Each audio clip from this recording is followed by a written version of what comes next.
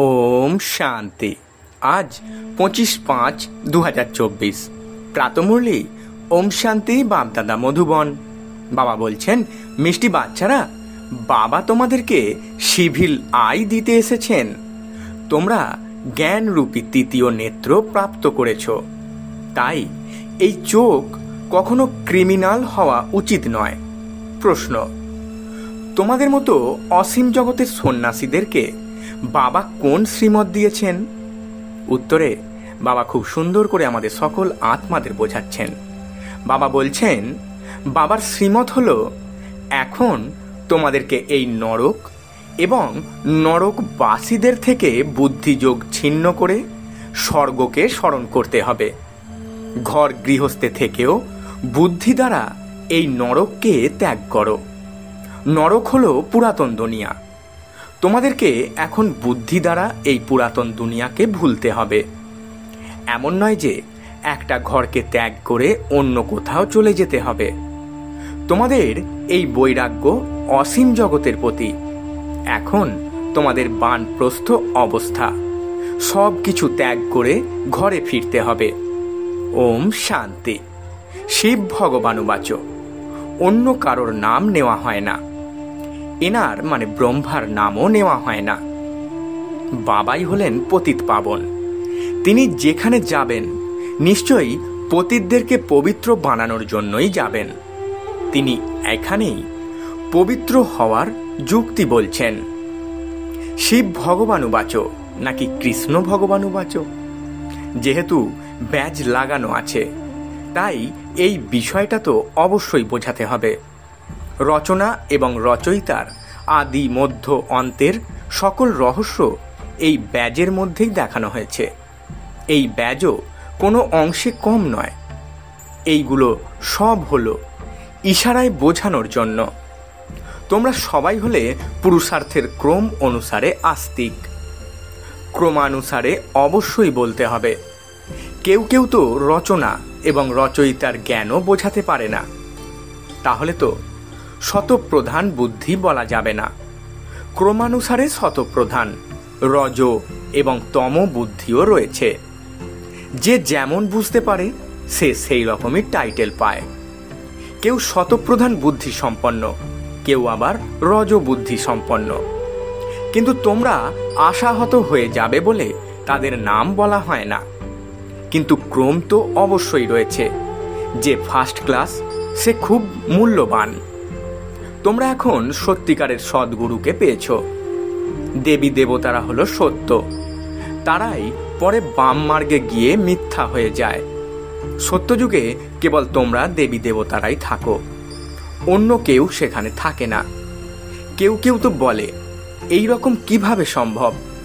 ওদের মধ্যে জ্ঞান নেই।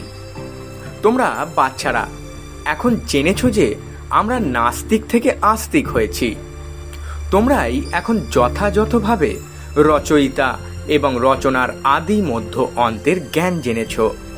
যার নাম রূপ নেই তাকে তো দেখতে পাওয়া যাবে না। আকাশ মহাশূন্য হলেও অনুভব করা সম্ভব। এইগুলো সবই হলো জ্ঞানের বিষয়।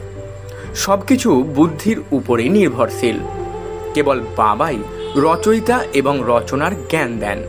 এটাও লিখে রাখতে হবে যে এখানে রচয়িতা এবং রচনার জ্ঞান লাভ করা সম্ভব। এই রকম অনেক স্লোগান রয়েছে। দিনে দিনে অনেক নূতন নূতন স্লোগান, নূতন নূতন পয়েন্টস তৈরি হচ্ছে। আস্তিক হওয়ার জন্য রচয়িতা এবং রচনার জ্ঞান অবশ্যই প্রয়োজন। তাহলেই নাস্তিক ভাব কেটে যায়। তোমরা আস্তিক হয়ে বিশ্বের মালিক হয়ে যাও। এখন তোমরা হলে পুরুষার্থের ক্রমানুসারে আস্তিক। মানুষরাই তো এটা জানবে, জন্তু জানোয়াররা তো জানবে না।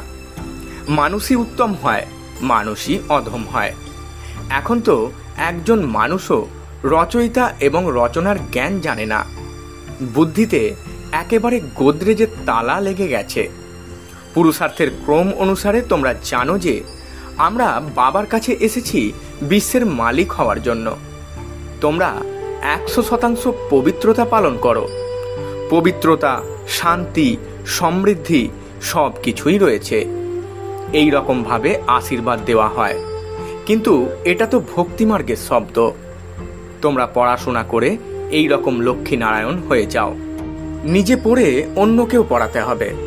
স্কুলেও কুমার কুমারীরা পড়তে যায়। একসাথে থাকতে থাকতে কখনো কখনো খুব খারাপ হয়ে যায়, কারণ তারা ক্রিমিনাল দৃষ্টি সম্পন্ন।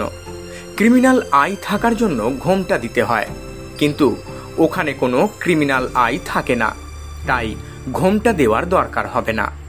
লক্ষ্মীনারায়ণকে কখনো পর্দা বা ঘোমটা দিতে দেখেছ কি? ওখানে তো কখনো এই রকম খারাপ সংকল্পও আসবে না। এটা তো রাবণ রাজ্য। এখন দৃষ্টি খুবই খারাপ হয়ে গেছে। বাবা এসে জ্ঞান নেত্র প্রদান করছেন। আত্মাই সব কিছু দেখে, কথা বলে এবং কর্ম করে। তোমরা আত্মারা এখন নিজেদেরকে সংশোধন করছো। আত্মাই খারাপ হয়ে গিয়ে পাপ আত্মা হয়ে গেছিল। তাকেই পাপ আত্মা বলা হয়, যার দৃষ্টি ক্রিমিনাল। কেবল পরম পিতা ছাড়া অন্য কেউ এই ক্রিমিনাল আই ঠিক করতে পারবে না। বাবাই জ্ঞানের সিভিল চক্ষু প্রদান করেন। এই জ্ঞান তোমরাই জেনেছ। শাস্ত্রে এই জ্ঞান নেই। বাবা বলেন, বেদ, উপনিষদ, পুরাণ সব কিছু হলো ভক্তিমার্গের সামগ্রী। জপ, তপ, তীর্থ ইত্যাদি কোনো কিছুতেই আমাকে পাওয়া যায় না। অর্ধেক কল্প ধরে এই ভক্তি প্রচলিত থাকে। বাবা বলছেন, বাচ্চারা, এখন তোমরা সবাইকে এই বার্তা শোনাও যে এখানে এলে তোমাদেরকে রচয়িতা এবং রচনার জ্ঞান শোনাবো। পরমপিতা পরমাত্মার বায়োগ্রাফি বলবো। মানুষ তো এইসব কিছুই জানে না। এগুলোই হলো মুখ্য বিষয়। ভাই এবং বোনেরা, তোমরা এসে রচয়িতা এবং রচনার আদি মধ্য অন্তিমের জ্ঞান শোনো, পড়াশোনা করো, যার দ্বারা তোমরা এই রকম হতে পারবে। এই জ্ঞান প্রাপ্ত করলে এবং সৃষ্টি চক্রকে বুঝলে তোমরাও এই রকম সত্যযুগের চক্রবর্তী মহারাজা মহারানী হয়ে যাবে। লক্ষ্মীনারায়ণও এই পাঠের দ্বারাই এই রকম হয়েছে। তোমরাও এই পাঠের দ্বারা ওই রকম হচ্ছ। এই পুরুষোত্তম সঙ্গম যুগ অতি প্রভাবশালী। বাবা তো ভারতেই আসেন, অন্য কোনো ভূমিতে কেনই বা আসবেন? বাবা হলেন অবিনাশী সার্জেন, তাই তিনি সেখানে আসেন যে ভূমি চিরন্তন। যে ভূমিতে ভগবানের চরণ পড়েছে সেই ভূমির কখনো বিনাশ হবে না। দেবতাদের জন্য এই ভারত ভূমি রয়ে যায়, কেবলমাত্র পরিবর্তিত হয়ে যায়। এই ভারতই হলো সত্যভূমি, আবার এই ভারতই অসত্য ভূমি হয়ে যায়। ভারতের অলরাউন্ডার পার্ট রয়েছে। অন্য কোনো ভূমির জন্য এই রকম বলা যাবে না। ভগবান এসে সত্যভূমি বানান, তারপর রাবণ অসত্য ভূমি বানিয়ে দেয়। তারপর সত্যের কোনো অস্তিত্বও থাকে না। তাই এই দুনিয়ায় সত্যিকারের গুরুর খোঁজ পাওয়া যায় না। ওরা হলো সন্ন্যাসী আর ফলোয়ার্সরা হলো গৃহস্থী। তাহলে ওদেরকে কিভাবে ফলোয়ার্স বলা যাবে? এখন বাবা স্বয়ং বাচ্চাদেরকে বলছেন, পবিত্র হও এবং দিব্যগুণ ধারণ করো। তোমাদেরকে এখন দেবতা হতে হবে। সন্ন্যাসীরাও সম্পূর্ণ নির্বিকারী হয় না, ওরা বিকারীদের ঘরেই জন্ম নেয়। অনেকে বাল ব্রহ্মচারীও হয়। এই রকম অনেকেই আছে। বিদেশেও অনেকে রয়েছে। তারপর তারা বৃদ্ধাবস্থায় বিয়ে করে, যাতে কেউ তাদের দেখাশোনা করে, তাদের জন্য কিছু অর্থ রেখে যায়, বাকি সম্পত্তি দান করে দেয়। এখন তো বাচ্চাদের প্রতি খুব মমতা থাকে। 60 বছর হয়ে গেলে সব কিছু বাচ্চাদের নামে করে দেয় এবং লক্ষ্য রাখে যে সব কিছু ঠিকঠাক চলছে কিনা। কিন্তু আজকালকার বাচ্চারা তো বলে যে বাবা বান পোষতে গিয়ে ভালোই হয়েছে, আমি চাবি পেয়ে গেছি। তারপর সকল সম্পত্তি নষ্ট করে দেয় এবং বাবাকে বাড়ি থেকে বেরিয়ে যেতে বলে। বাবা বলছেন, তোমরা প্রদর্শনীতে লিখে দাও যে ভাই বোনেরা, তোমরা এসে রচয়িতা এবং রচনার আদি মধ্য এবং অন্তের জ্ঞান শোনো। এই সৃষ্টিচক্রকে জানলেই তোমরা চক্রবর্তী দেবী দেবতা অর্থাৎ বিশ্বের মহারাজা মহারানী হয়ে যাবে। এটা হলো বাচ্চাদের প্রতি বাবার নির্দেশ। বাবা বলছেন, এটা হলো অনেক জন্মের অন্তিম জন্ম। আমি এনার মধ্যেই প্রবেশ করি। ব্রহ্মার পরেই বিষ্ণু রয়েছে। বিষ্ণুর 4টে হাত কেন দেখানো হয়েছে? 2টো হাত পুরুষের, 2টো হাত স্ত্রীর। এখানে কি 4 হাত বিশিষ্ট কোনো মানুষ হয়? এইগুলো সব বোঝার বিষয়। বিষ্ণু অর্থাৎ লক্ষ্মীনারায়ণ। ব্রহ্মাকেও এই রকম দেখানো হয়। ব্রহ্মার 2টো হাত আর সরস্বতীর 2টো হাত। এনারা দুজন বেহদের সন্ন্যাসী হয়ে গেছেন। এমন নয় যে সন্ন্যাস গ্রহণ করে অন্য জায়গায় চলে যেতে হবে, না। বাবা বলছেন ঘর গৃহস্থে থেকেও বুদ্ধির দ্বারা এই নরককে ত্যাগ করো। নরককে ভুলে বুদ্ধির দ্বারা স্বর্গকে স্মরণ করতে হবে। নরক এবং নরকবাসীদের থেকে বুদ্ধিযোগ ছিন্ন করে স্বর্গবাসী দেবী দেবতাদের সাথে যুক্ত করতে হবে। যে পড়াশোনা করে তার বুদ্ধিতে থাকে যে আমি পাস করে এই রকম হব। আগে বানপ্রস্থ অবস্থায় এলে গুরু করত।